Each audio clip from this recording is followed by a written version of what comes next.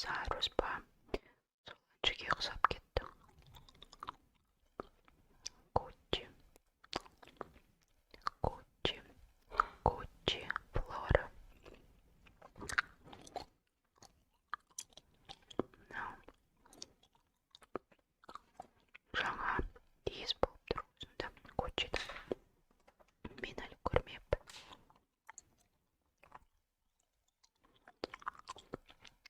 Зима 2021-2022 қаз. Гламурама бұл жерде журналдың ішінде не көрсетілетіні жазылған.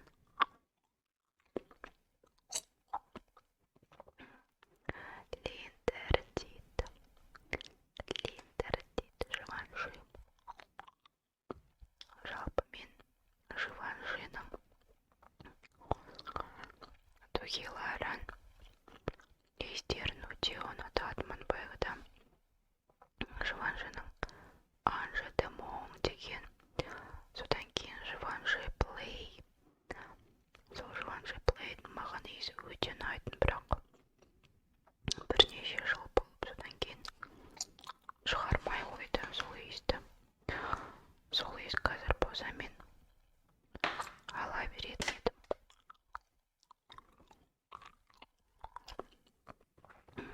La vie est belle, La vie est belle.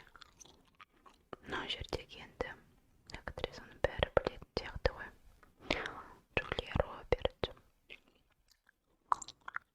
Джулия Робертс. Қартаймайтын кісі сияқты. Әрқашанда осындай сияқты.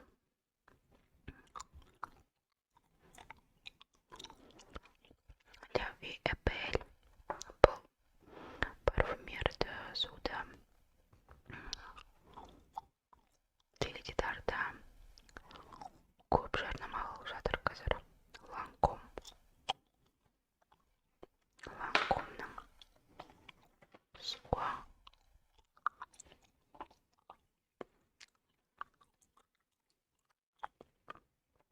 Мынау жерде көрсетіліп жатыр. Мынау көйлек. Цена по запросу дейді. Бұл дизайнерлік көйлек болып тұр ғой. Ал мына жақтағы ботильон Гуччинікі 15 мың.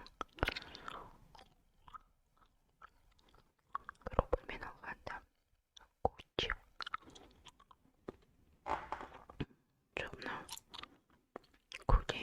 көйлек емес, бір плащевка сияқты. Меніңше.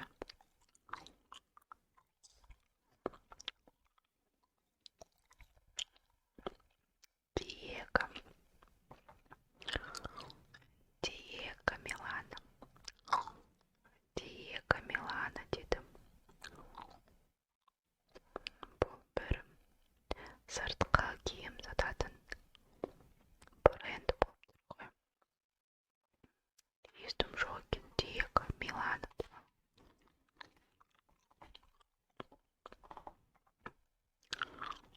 Образ обложки.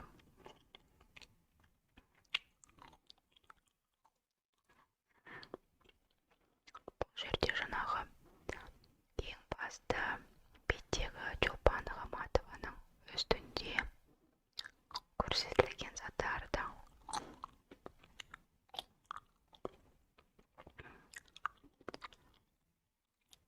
көрсетіп тұр сонда.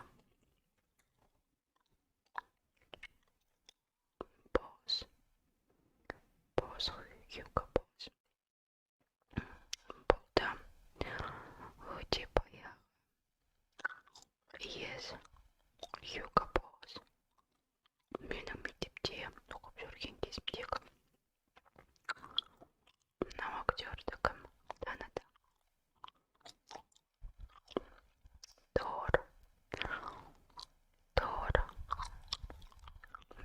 Рагнарёк деген фильмдегі актер.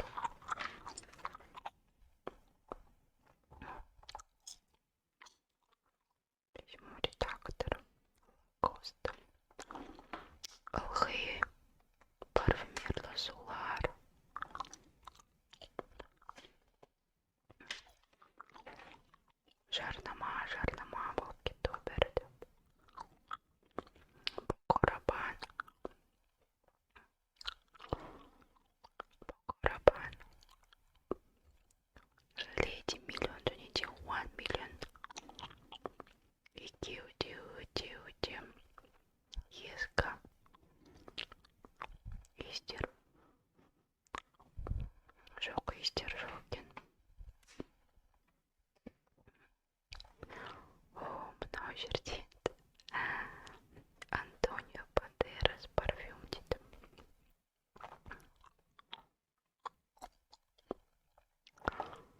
Антонио Бандерастың өзі және де Мария Казас.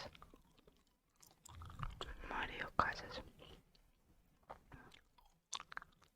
The Icon. Icon.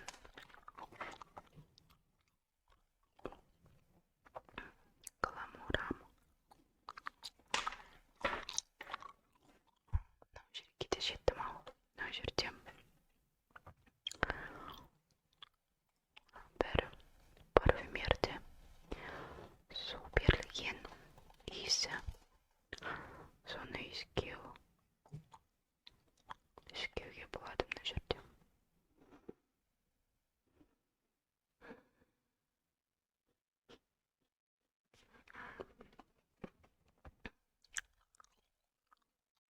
Мюзика нуар.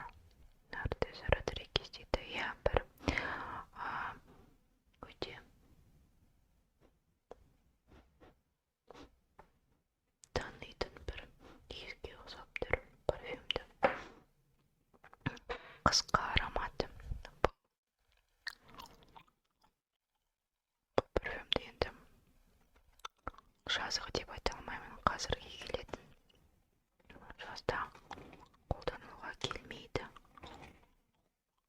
Біртүрлі тұншықтырып тастайтын сияқты. Қайтадан орнына қоя салайық. Мынау жерде актриса Зендея және де Зендеяның образдары. Әрбір жерде әрқалай екен. Мына жерде тіпті шашсыз.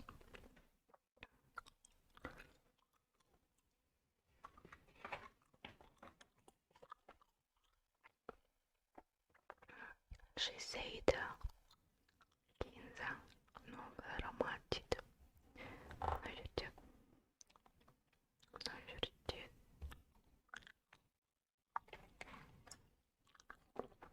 кім? Влад Лисовец дейді.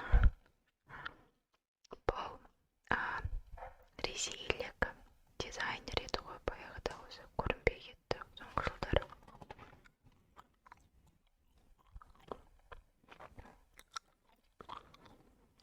Мүлдем түрі басқаша болып кетіпті. Кішкене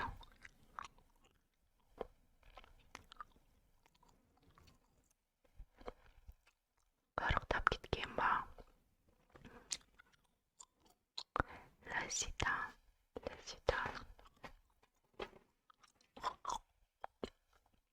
Ылғида бір журнал емес енді.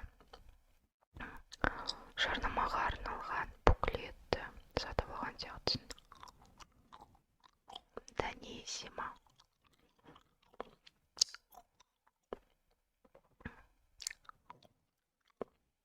Сіздер йогуртты ұнатасыздар ма? Мен мұндай тәтті йогурттар мүлдем жей алмаймын.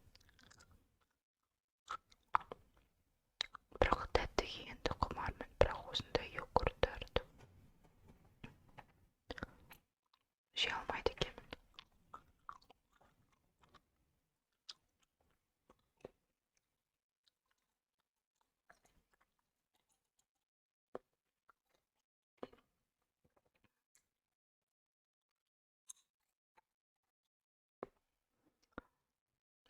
Менің мына жерде қойып қойғаным сағыздың қасында көзге арналған бояуларды, мүмкін арасында боялмаған модельдерді көрсем бояндырам деген үмітте қойып қойғанмын. О, мына жерде енді әрине боялған, бірақ бір қызыл түсті помаданы толықтыруға болады. Ернін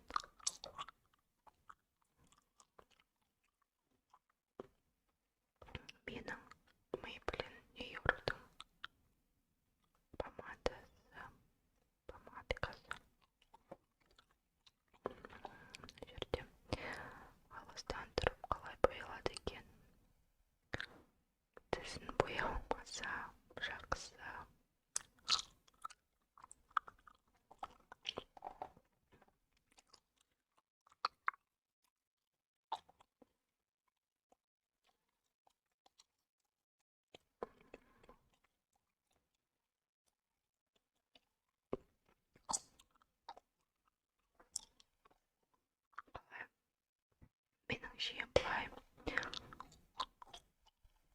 әдемірек сияқты. Орысша айтқанда эффектней.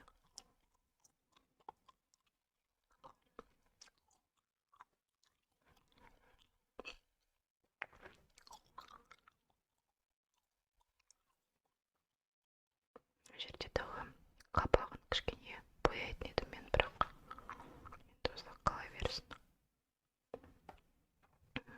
Кішкене мына жерде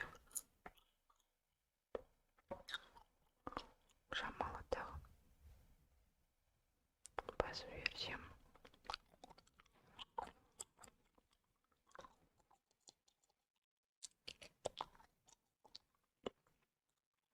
Түсті жақсы сияқты осылай. Әдемі модель. Мына жерде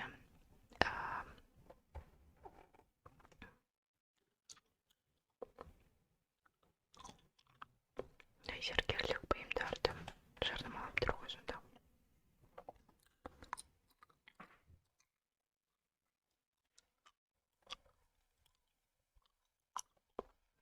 Гулливер с модным годом.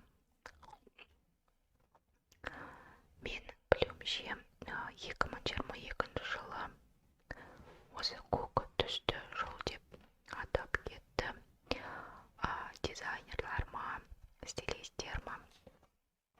Осы көктің тағы да бір күлгін түсіне қаратай 2022 жылғы түс деп айтып жатыр енді. Естуімше өте әдемі түс. Мына жерде барлығы да әдемі сияқты маған.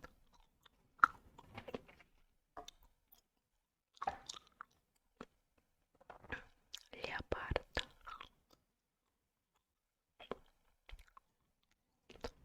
Сән қой адамдарға арналған леопард.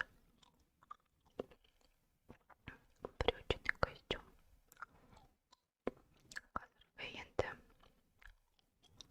мода болып кеткен қыздарға брючный костюм. Тіпті ұлдардың да шалбарлар киіп үлкен мода болып. Не надо стесняться, ты лица прекрасно. Sephora косметика бренда.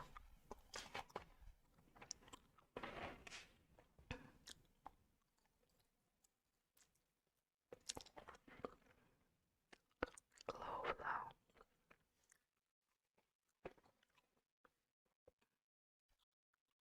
LD жарнама. Мына ожидание реальности. Мына жерде косметика туралы айтып кеткен. Мынау модельдің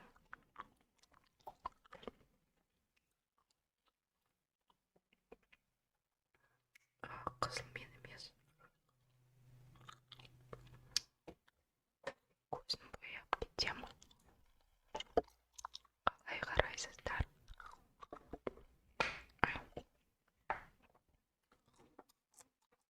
Былай қарындап.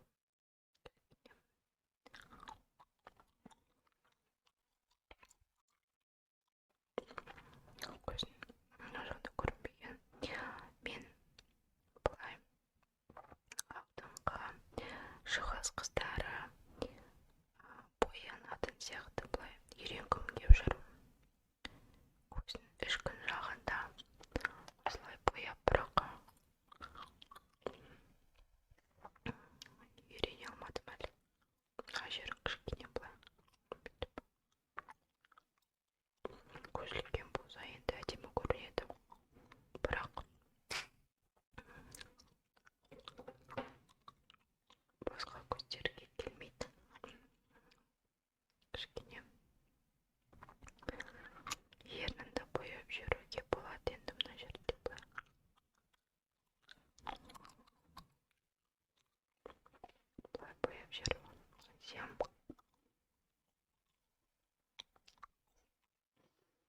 кішкене кармаге сияқты болып кеткен жүреді. Кешірерсіз.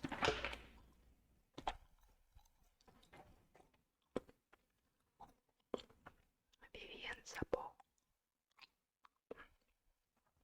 Вивьен Сабоның карандаштарым начинает.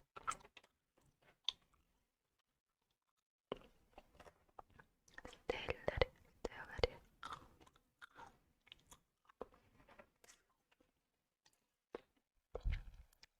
Либретерм дейді. Ресейде бұл либретерм өте қатты жарнамалайды. Бізде енді жоқ. Әрқашанда болса қазір журналдарда, интернетте осындай механикалық сағаттар көрсетіп, осындай рекламаға беріп жатады. Өйткені қазіргі жастар көбінесе электронды сағатқа көшіп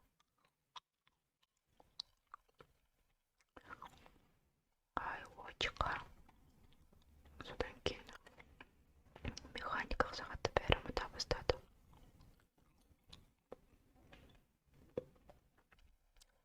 Уроки французского дейді. Француз тілі сабақтары. Мына жерде әртүрлі шаш үлгілері берілген. Әдемі.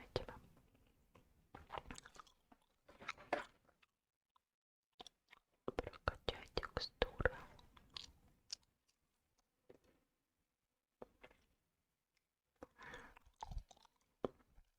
Әдемі. Костюм. Қазіргі қысқа арналған. Бірақ біздің елдерде мындай ашық түсті киімдерді қыс кезінде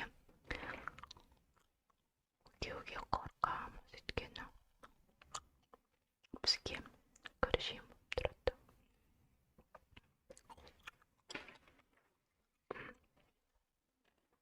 Дьявол Прада киеді фильміндегі актриса Рената Литвинова.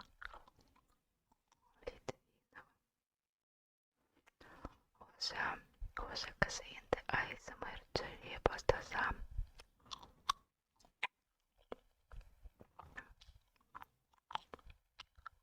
күшті болатын еді деймін. ASMR-ға арналған қыз ғой өзі. Әрбір сөйлегені, істеген ісі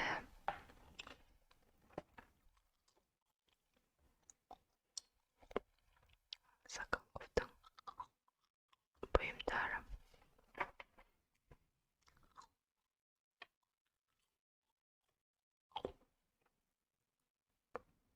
В одном черном дейді. Мен былай тез қарап қалған кезде мынау Сулейман великолепный векта Хюррем актриса сияқты қара түске боялған шашы.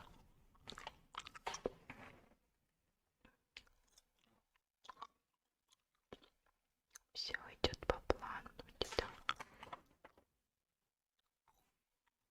Наряды по очереди.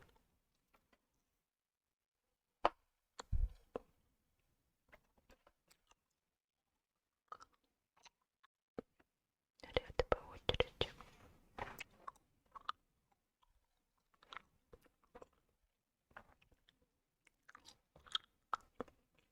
Bu жерде қазинкалардың үлгілері көрсетілген. Қазір қазинкада сан үлгісі болып жатыр ғой.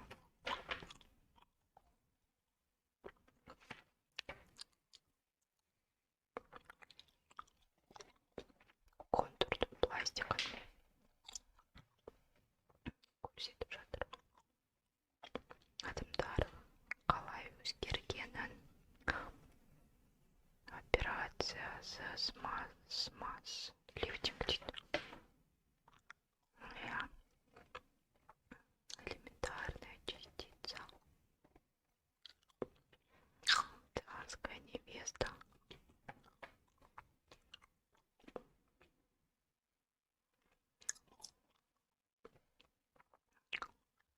Бойфренду. Что правда различности каждого придется поделиться зрителям где-то.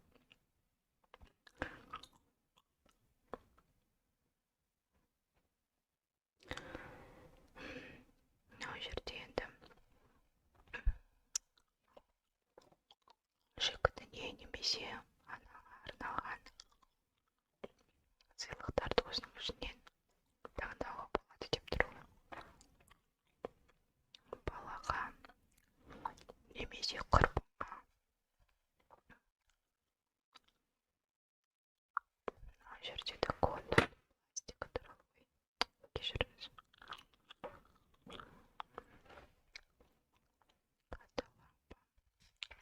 Давайте поделить.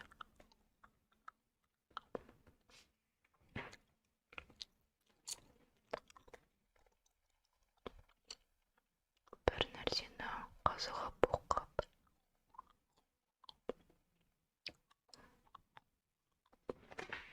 ондай жоқ ештеңе. Клава Кока әнші. Кто-то по знаку зодиака дейді.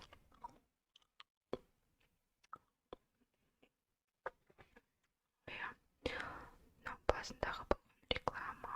Мынау да болған реклама.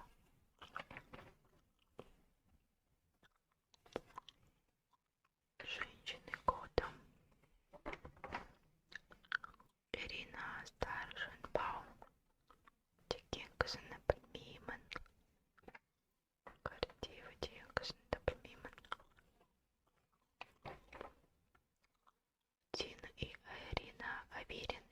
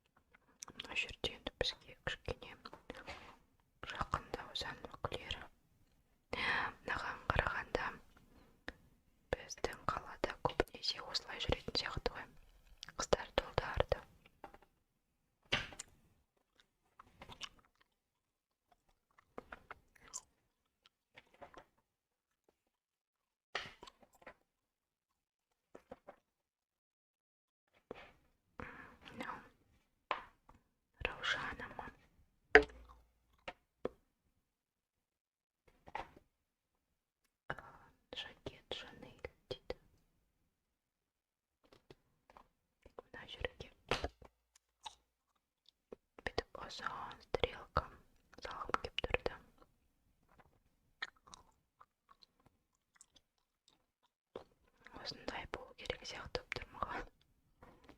Көзі өте әдемі бұл кісінің. Және өте талантты.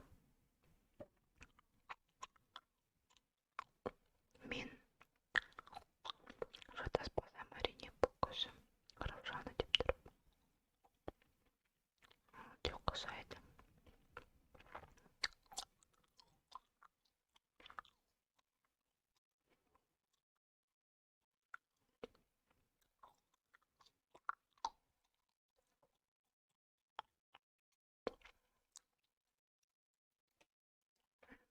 Былай өте әдемі. Иә, Раушана Куркова. Шанель 5.